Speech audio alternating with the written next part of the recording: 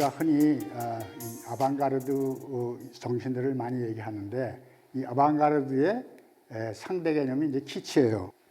그래서 키치는 독일어 키첸에서 나왔다는 말인데, 싸구려로 만들다, 싸구려로 팔다, 그런 뜻이에요. 그래서 아방가르드는 가장 전위적인 것이죠. 아방, 앞에 있다, 갸르드, 그런 군대. 전쟁에서 최전방에 있는 전위 부대라는 뜻으로 아방가르드가 이 프랑스어에서 이렇게 쓰는 거고, 키치는 싸구려에서 우리가 흔히 말하는 이발소 그림 같은 걸 키치라고 그러는 거죠. 이 김수영 선생이 한 말이 이게 여기 읽어보시면 되겠지만, 이 문학을 그대로 예술로 바꿔도 그 의미는 똑같기 때문에 제가 이렇게 이걸 가져왔습니다. 그래서 저희가 이 인생이 즐겁고 행복하고 만족하다면 예술 할 필요가 없겠죠. 제가 만약에 부잣집 태어나서 아주 행복하고 아주 유복하게 살았다면 내가 예술을 했을까? 그렇게 생각을 해봐야 아마 안 했을 것 같아요. 놀기 바쁘고 권력잡기 바쁘고 세속적 성공에 더 연연했을지도 모르겠다는 생각이 들어요. 그런데 이 세상은 왜 이렇게 불공평하고 모순덩어리고 부조리하고 이렇게 왜 세상이 이 모양이지? 거기에 대한 고민하다 보면 이 세상을 좀 개혁해야 되지 않을까? 이 세상을 좀 좋은 세상으로 만드는데 어떻게 하면 더 내가 도움이 될 수 있을까? 그런 고민하다 보면 예술을 하지 않을까 싶은 생각이 들어요. 왜냐하면 예술 속에서는 그 꿈 꾸는 게 가능하니까. 꿈이라도 꿔야 숨을 쉬잖아요. 그래서 저는 이 김수영 선생의 말이 참 공감이 갔습니다. 그런 의미에서. 그러면 지금 제가 아까 본 그 아방가르드의 최초의 작품이 무엇일까라고 생각해 보면 이제 많은 분들이 마네의 이 그림이 가장 아방가르드의 효시 같은 작업이다라고 얘기를 하죠. 마네는 사실은 인상주의자는 아니지만 수많은 인상주의 화가들의 그 큰형 노릇을 했기 때문에 보통 인상주의에 집어넣어주기도 합니다. 이 그림을 보고 사람들이 막 되게 흥분했죠. 그 살롱이라고 그 당시에 이제 살롱전이 있었는데, 살롱이 크다란 방을 살롱이라고 그러잖아요. 좀 살롱 그러면 룸살롱만 우리는 연상하는데 살롱이 큰 방이에요. 큰 방. 그래서 귀족들이 18세기에 특히 귀족들이 그 손님 접대하고 파티하고 그러는 그 큰 방에서 음악 좋아하는 귀부인은 음악가들 초청해서 연주시키고, 문학을 좋아하는 분들은 거기서 신앙 독회하고, 그림 좋아하는 부인들은 거기서 화가 되어서 그림 그리게 하고, 그래서 살롱이라는 의미는 지금의 전시회라는 음악이 된 거죠. 그래서 프랑스의 르 살롱 그러면 그 국가가 운영하는 오늘날 우리나라의 국전 같은 전시회가 르 살롱이었어요. 근데 이 살롱에서 대상을 받으면 로마상을 주는데, 로마를 1년 동안 유학 갈 수 있는 모든 비용을 대주는 게 로마상이었어요. 그래서 수많은 이제 사람들이 로마상을 받고 갔어요. 음악에서도 마찬가지고. 그래서 베를리오즈, 비제, 이런 쌍쌍 이런 사람들 다 로마상 받고 이제 공부하고 왔죠. 근데 마네도 이제 그런 꿈을 로마상 못 받았죠. 상 받기커녕 욕만 잔뜩 먹었는데, 이 그림을 그린 거 보고 야 이게 뭐냐? 이거 어떻게 정장한 두 신사 앞에 실오라기 하나 안 고친 저 여자가 뭐 하고 있냐? 저 창녀야? 그래서 이거 상당히 그림이 이게 미풍양속을 해친다. 그래갖고 막 사람들이 전시회에 와서 우산으로 찔르고 그래갖고 제 꼭대기에다가 달았대요. 그 당시 전시회는 오늘처럼 그림 한 장씩 이렇게 거는 게 아니라 다닥다닥 막 이렇게 남대문 시장 옷 걸어놓듯이 이렇게 그림을 전시했더라고요. 이 그림도 만의 그림인데, 이 오른쪽에는 티ziano 그림 우르비노의 비너스를 패러디해서, 패러디, 따라, 옆으로, 다르게 이런 뜻이죠. 디레, 말하다. 패러디는 다른 방식으로 말하다라는 거죠. 그래서 선대 화가들이 해놓은 것을 갖다 다른 방식으로 그리는 거예요. 그래서 지금 우르비노의 비너스를 이런 방식으로 그렸는데, 그 당시 유행했던 올랭피아는 그 당시 유행했던 그 창부들을 일컫는 말이었대요. 그래서 지금 돈 많은 귀족이 이 인기 있는 창부한테 꽃을 보냈어요. 근데 이제 이 여자는 그럼 지가 뭐 돈 많으면 다야? 이제 냉소적으로 이쪽을 보고 있어요. 그래서 이 그림이 부르주아의 위선을 이제 꼬집었다. 그래서 이 돈 많은 그 파리의 그 신사들은 또 이 그림을 엄청 싫어했대네요. 두 그림 다 무지하게 욕을 먹었어요. 그래서 그 악명 높은 마네가 카페에 앉아 있으면 사람들이 수군수군 대대. 야, 저기 마네 왔다, 마네. 막 그랬대요. 이 마네도 이거 패러디한 거예요. 그래서 오른쪽 이 동파나는 라파엘로가 동파나 파리스의 심판이라는 것을 그렸는데, 요 밑에 거는 요 부분이에요.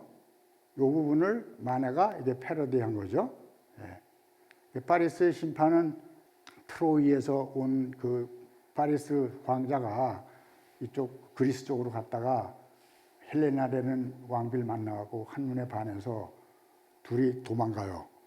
그래서 트로이로 둘이 이제 도피하니까 그 헬레나의 남편이 이제 분노가 그냥 막 뚜껑이 열려갖고 그리스의 모든 그 왕들을 갖다 소집해 도시 국가들을 회의를 열어서 여자 찾으러 가자. 그래서 10년 전쟁이 시작되죠. 네. 그게 일리어드고 다시 이제 전쟁 트로이를 한막 치고 난 다음에 오디세우스가 고향으로 돌아가는 게 오디세이하고 그런 그 수많은 신화들의 그림들을 이런 식으로 그렸는데 그걸 다시 현대적으로 다시 그린 거예요. 근데 이 그림이 왜 그러면 유명하냐? 그 당시에 그 사람들한테 스캔들을 일으켜서 좋은 그림이냐? 그게 아니고 그린버그라는 사람이 이 그림을 갖다가 엄청 칭찬하기를 최초로 미술에서 매체를 의식했던 화가다. 회화는 평면 위에 그려진 물감이라는 것을 제일 먼저 인식한 화가다. 얼마나 이 사람이 앞서간 화가냐. 그래서 칭찬을 그냥 막 어마어마하게 해요. 그래서 사실 이 그림 보면은 그 옛날엔 지금은 그림을 보호하려고 이렇게 그 링시를 두껍게 발라서 앞에 텍스트가 안 보이는데 이 당시 마네가 이 그림을 그렸을 때는 안에 그 광목천이 다 이렇게 보일 정도였대요. 그림을 물감을 얇게 발라서. 그러니까는 이게 굉장히 현대미술을 이해하는데 중요한 키워드가 돼요. 물질성이라는 것. 그림이 갖고 있는 그 내용이나 이런 게 아니라 이것은 아무리 뭐라고 그래도 광목 판판한 그 따블로 위에 그려진 묻은 물감이다라는 것을 갖다가 얘기하고 있다는 거죠. 현대미술에서 저희들이 대학 다닐 때 물성이라는 말이 무지하게 했어요. 물성 어쩌고 물성. 지금 대학생들 물성이라는 얘기 안 하더만요. 근데 우리는 그때 물성이 엄청 중요했고 작품 얘기하면서 물성 얘기 한 번씩 안 나오면 안 되는 줄 알았었어요. 그래서 이 마네가 이런 그림을 납작한 그림을 그린 것은 그 선배 그 스페인 화가 벨라스케스의 그림. 모든 그림들 보면 다 배경이 있죠. 이렇게 배경이 있는데 이 벨라스케스는 배경 없이 이름만 딱 떼놓고 그렸고 오른쪽에 있는 것은 일본 판화예요. 우키요에라고. 그 당시에 일본에 있는 그림들이 서양으로 엄청 들어갔어요. 특히 자포니즘이라고 그래갖고 일본 문화에 아주 열광을 하죠. 그 서양 사람들이. 그 자포니즘에 열광했던 인상파 화가들이 이런 그림을 많이 그렸어요. 그 우키요에는 우키요에 에는 그림이고 우키요가 부세예요. 부세. 우리 옛날에 한강에 헤엄치러 가면 이렇게 고무 튜브 이렇게 기억나세요 혹시? 고무 튜브 바닷가에 헤엄치러 가면 고무 튜브 우리 이렇게 껴안고 헤엄쳤잖아요. 그걸 갖다가 웃기라 그랬던 거 혹시 기억하세요? 예. 웃기가 뜬다는 말이에요. 우기요는 뜬 세상, 이 뜬 구름 같은 이 세상에 대한 그림이다 해서 그 당시에 풍속화죠. 이 밑에 그림은 그 너무나도 유명한 우기요예요. 호쿠사이라는 사람이 저기 바다의 풍경이 요즘 뱃사람들이고 배가 지금 파도가 가라앉을 것만 같아요. 멀리 후지산도 보이고. 예. 근데 이런 그림을 이제 인상파 화가들이 열광했다고 그래요. 이 그림은 모네의 해돋이 인상이라는 그림인데 여기서 사람들이 야 인상이래 인상 그래갖고 인상파가 됐다고 그러죠. 예. 예, 나쁜 말로 쓰였어요. 모든 그 미술 사조들은 대개 부정적인 을 쓴 거예요. 고딕성당이 딱 쓰니까 야 저건 뭐 좀 무시무시한데 고투적이야 고투적 그래서 고딕 됐고 예, 로마네스크도 야 이건 로마스럽네 그래서 로마네스크가 됐고 바로크도 이거 찌그러진 진주 예, 그림이 이거 이래 좀 과장스럽다 찌그러진 진주 같아 그게 진주가 됐고 인상파도 욕하는 말로 됐는데 그게 이 움직임의 이름이 됐죠 인상파가. 그러면 이 당시에 이런 정말 칭찬을 받았다는 그림은 뭐냐? 바로 이런 그림이었어요. 윌리엄 아돌프 무그로라고 우리 잘 몰라. 미술사 전공하는 사람들이나 안 돼요, 이 사람은. 근데 이 사람은 30년 동안 그 프랑스 미술협회 회장을 하고 아카데미 회원도 하고 그림이 너무 잘 팔려갖고 그냥 조수들이 막 그려주고 옆에서 엄청 돈 벌어갖고 그냥 그 명예와 부와 이런 거를 누렸던 사람인데 지금은 북으로 잘 모르죠. 예. 고호 만에는 알아도 예. 이게 바로 이 아카데미즘이에요. 미술학교에서 이런 그림을 다 그렸던 거죠. 그래서 아카데미즘은 아방가르드와 대척점에 있었던 거예요. 학교에서 미술대학에서 애들 가르칠 때 예. 선생님 말 잘 듣는 애들 작가 되는 건 좀 못 봤어요. 제가 홍대 처음에 들어갔는데 1학년 애들 갔는데 선배들이 그러는 거예요. 야, 철조실로 모여. 그래갖고 철조실 가면 이제 용접하는 실기실이거든요. 항상 거기 가면 빠따 맞는 곳이었는데 철조실로 모여 그랬더니 다리 딱 떨면서 야, 니들 교수 말 듣지 마. 그래서 야, 저게 무슨 소린가 했었어요. 근데 지금 생각해 보니 맞는 말이었더라고요. 예. 그 아카데미즘은 예, 우리의 창조력을 북돋지 않죠. 이제까지 쭉 내려온 전통 속에서 검증받은 것만 뒤따 잘하라고 그러는 거니까. 예. 그래서 그게 이제 그 인상주의에서 또 이런 후기 인상주의가 나오고 이렇게 되는데 이 사람들도 지금 고호는 미술자가 된 사람이 아니에요. 혼자 그렸죠. 예. 평생 그림 딱 한 점 팔아보고 미쳐갖고 자살하고 이 왼쪽에 세잔이라는 사람은 이 사람도 미술대학을 졸업하지 않았어요. 혼자 그렸어요. 그리고 자기 그 동네에서는 저 생트 빅토아르 산이 저거 별 볼 일 없는 산이에요. 관광객들도 안 와요.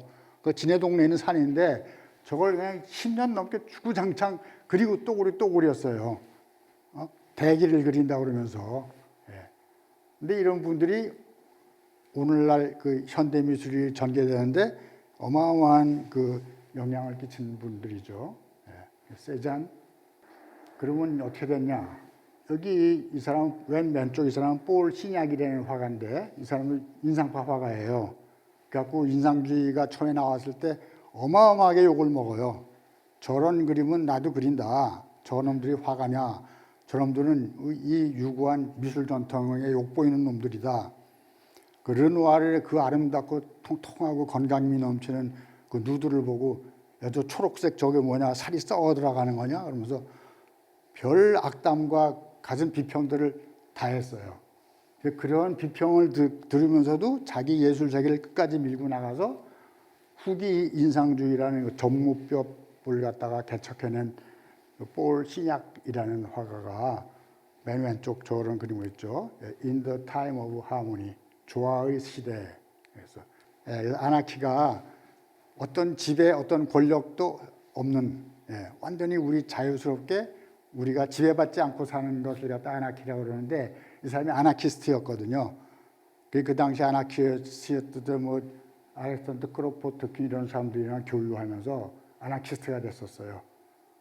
근데 이 시냐기 그런데 그 당시 화가들의 또 그 대부 노릇을 하면서 작품도 팔아주고 지금 우리가 지금 얘기하는 소시에테 데즈 아르티스트 앙대빵당, 인디펜던트 앙대빵당전을 이 사람이 만들고 10년 넘게 회장을 해요.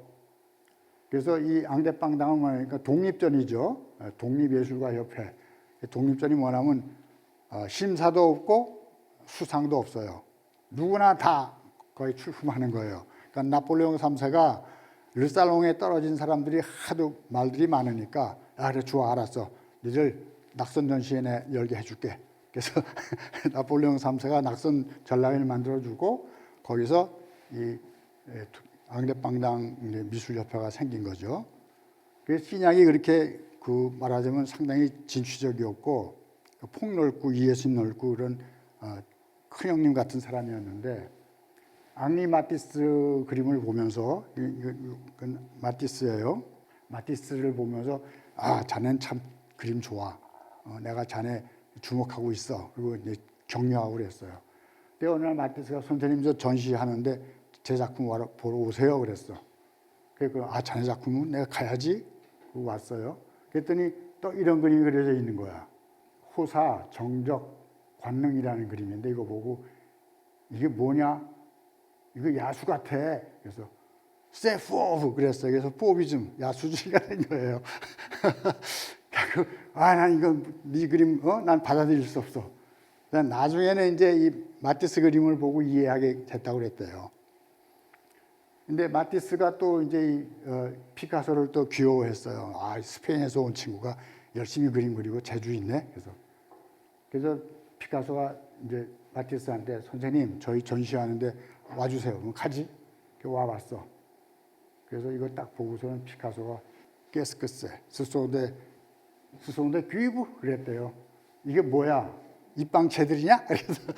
그래서 입방체, 그래서 입체주의가 된 거예요. 큐비즘이 된 거예요. 네.